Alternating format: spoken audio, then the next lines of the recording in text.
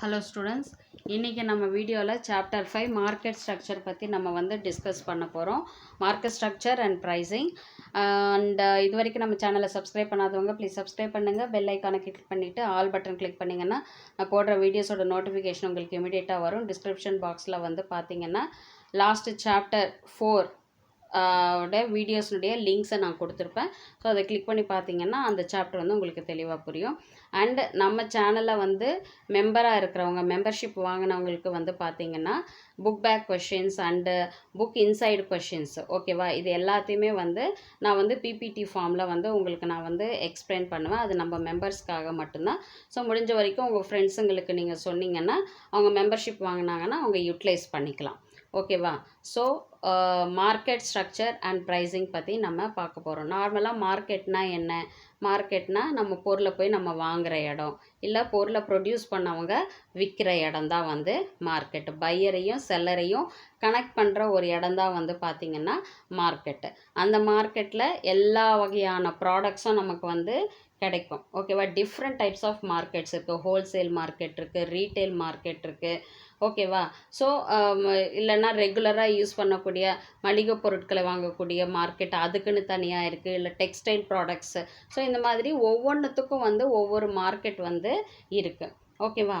அதே போல் வந்து பார்த்திங்கன்னா அந்த ப்ரைஸை பேஸ் பண்ணி தான் வந்து பார்த்திங்கன்னா அதை அந்த பொருட்களுக்கான மார்க்கெட்டில் அந்த பொருட்களுக்கான டிமாண்டை பொறுத்து தான் வந்து பார்த்திங்கன்னா ஒவ்வொரு பொருட்களினுடைய விலையும் வந்து பார்த்திங்கன்னா நிர்ணயிக்கப்படுது, ஓகேவா. அப்படிப்பட்ட ஒரு இடம்தான் வந்து பார்த்திங்கன்னா அந்த மார்க்கெட்டு. ஸோ அந்த மார்க்கெட்டினுடைய ஸ்ட்ரக்சர் எப்படி இருக்கும் அப்படின்றத பற்றியும் அதே போல் விலை ப்ரைஸிங் வந்து எப்படி இருக்கும் அப்படின்றது தான் வந்து நம்ம இந்த வீடியோவில் பார்க்க போகிறோம். ஓகே, ஃபிலிப் காட்லர் அப்படின்றவர், marketing is not the art of finding clever ways to dispose of what you make, it is the art of creating genuine customer value. அதாவது மார்க்கெட் அப்படின்றது வந்து பார்த்திங்கன்னா உங்கள் ப்ராடக்டை ப்ரொடியூஸ் பண்ணி உங்கள் புத்திசாலித்தனத்தை பயன்படுத்தி அந்த ப்ராடக்டை விற்கிறது மட்டும் வந்து அது வந்து மார்க்கெட்டிங் கிடையாது.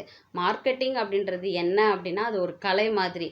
அதாவது பொருட்களை வாங்கக்கூடிய அந்த வாடிக்கையாளர்களுடைய நன்மதிப்பை பெறுவது, அவங்களுடைய ஜென்யூனாக அவங்களுக்கு இருந்து அவங்கள வேல்யூ பண்ணி அவங்களுடைய நல்ல மதிப்பை பெறுவது தான் வந்து பார்த்திங்கன்னா மார்க்கெட்டிங் அப்படின்னு வந்து அவர் சொல்கிறாரு. ஓகே, அப்படிப்பட்ட மார்க்கெட்டிங்கினுடைய இன்ட்ரடக்ஷன் நம்ம பார்க்கலாம்.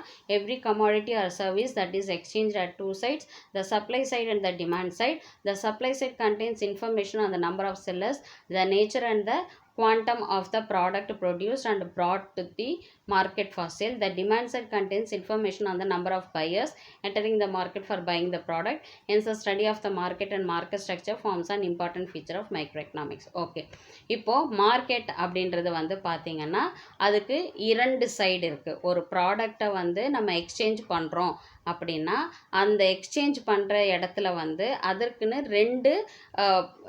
டூ சைட்ஸ் வந்து இருக்குது.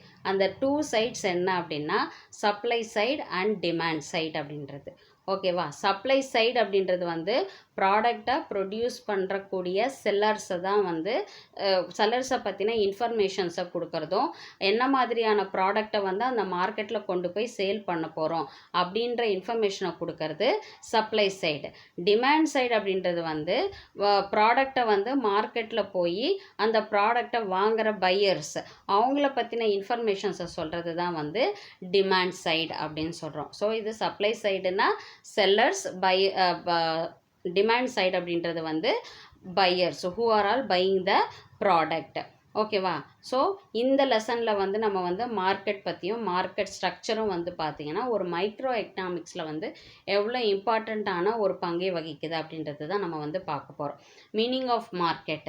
இன் ordinary sense the word market refers to physical place where commodities and services are bought and sold. நார்மலாக வந்து மார்க்கெட்னா என்னன்னு சொல்லுவாங்க, எந்த ஒரு இடத்துல பொருட்களை வாங்குவதோ விற்பதோ நடக்குதோ அந்த இடத்த தான் நம்ம என்னன்னு சொல்கிறோன்னா மார்க்கெட் அப்படின்னு சொல்கிறோம். ஆனால் In economics, the term market refers to a system of exchange between the buyers and sellers of a commodity. Besides the direct changes, there are exchanges that are carried out through correspondence, telephones, online, email, etc. பொருளாதார ரீதியாக market அப்படின்றதுனா என்ன அப்படின்னு வந்து பார்த்தீங்கன்னா, எந்த ஒரு இடத்துல வந்து exchange of products, buyers and sellers வந்து எந்த ஒரு ப்ராடக்டை வந்து மியூச்சுவல் அண்டர்ஸ்டாண்டிங்கோட எக்ஸ்சேஞ்ச் பண்ணுறாங்களோ அந்த இடத்த தான் வந்து பார்த்திங்கன்னா மார்க்கெட் அப்படிப்பட்ட ஒரு சிஸ்டத்தை தான் மார்க்கெட் அப்படின்னு சொல்கிறோம். ஸோ அந்த பையர்ஸ் அண்ட் செல்லர்ஸ் வந்து ஒன்று டைரெக்டாக பொருட்களை எக்ஸ்சேஞ்ச் பண்ணிக்கலாம்.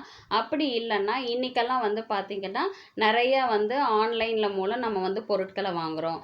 இல்லை ஈவன் வந்து டெலிஃபோன் மூலிமா பொருட்களை வந்து நம்ம வந்து ஆர்டர் பண்ணி அந்த பொருட்களையும் நம்ம வாங்குகிறோம். ஸோ டைரக்ட் அண்ட் இன்டைரக்ட் எக்ஸ்சேஞ்சஸும் வந்து இன்றைக்கி இருக்கிற காலகட்டத்தில் வந்து நிறைய இருக்குது.